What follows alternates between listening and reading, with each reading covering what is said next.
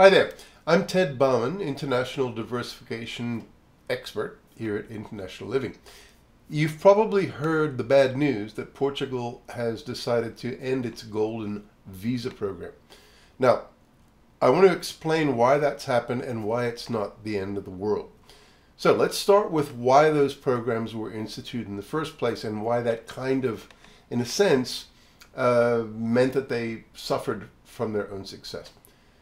In the aftermath of the great financial crisis of 2009, 2010, countries like Ireland and Portugal and Greece and others decided to offer foreigners the opportunity to invest in property and in exchange to get a residence permit which allowed them to travel and be part of the European Union and eventually become potentially citizens of the European Union. Now they did this because in the run-up to the great financial crisis, most of these countries, Portugal and Ireland in particular, had seen big run-ups in their property values, and when the financial crisis hit, those values fell. And that meant that their banks suddenly had loans on their books that were not matched by the underlying value of the property that they had lent money against. So they decided to open the doors to foreigners come in, buy property, bid the prices back up, help the banks to become more stable, stabilize their banking systems. And in the Irish case and in the Portuguese case, this worked really well. In fact, it worked too well. Unfortunately, what's happened is that over the years, the value of property in Portugal, for example, has risen by 75% since 2012 when the program started. It's got to the point where, unfortunately, many parts of Portugal are no longer affordable to Portuguese native residents, either from a purchase perspective or a rental perspective. And that's meant that there has been a huge amount of political pressure on the Portuguese government to try to do something about this. On the other hand, there's been pressure from the European Union, the European Commission in Brussels, concerned that the majority of people applying for these golden visas are often from places that have some level of discomfort, I guess you could say. Now, personally, I believe that people should be able to emigrate anywhere in the world, doesn't matter where you come from. But in Ireland, for example, 91% of the people who took advantage of their golden visa program were Chinese nationals.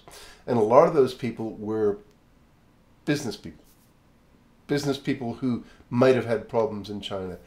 And that led to a lot of concern in Brussels that maybe these programs were more damaging to the EU as a whole than they were beneficial to the individual countries offering them.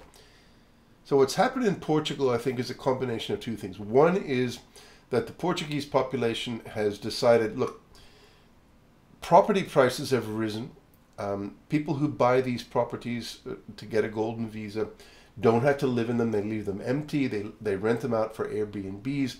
That has reduced the amount of rental property available to Portuguese natives, and that has made Portugal an unaffordable place for the people who are born there, and that makes them upset.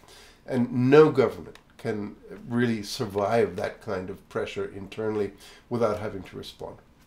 The second problem comes from, as I said, Brussels, with countries basically having to decide how much they're willing to risk in terms of their relationship to the European Union in order to operate these programs.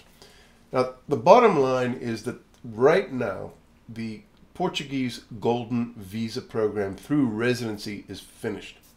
It looks like it's going to be cancelled and there will be no new applications.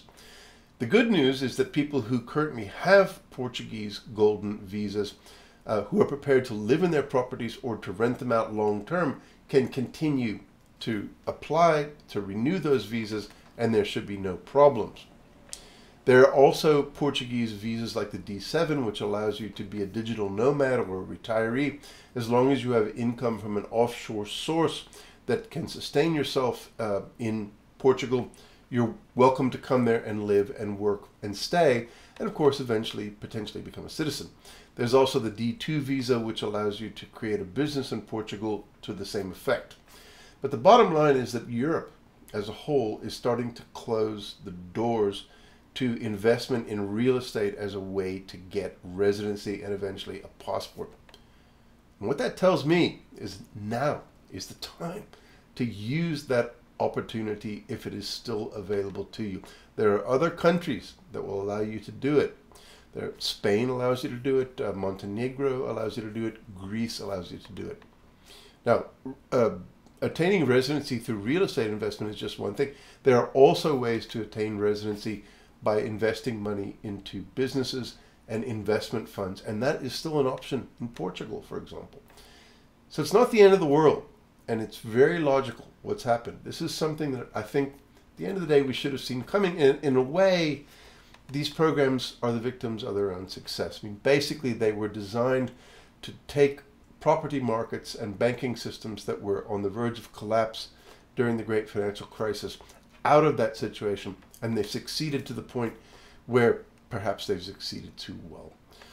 So what I want to say to you is, if you want to look for a residence visa in Europe, no matter what the program, now is the time to do it, because Europe seems to be closing its doors. I don't think they're going to close them completely, but at the end of the day, timing is everything, and that's the case right now with European residency and pathways to citizenship.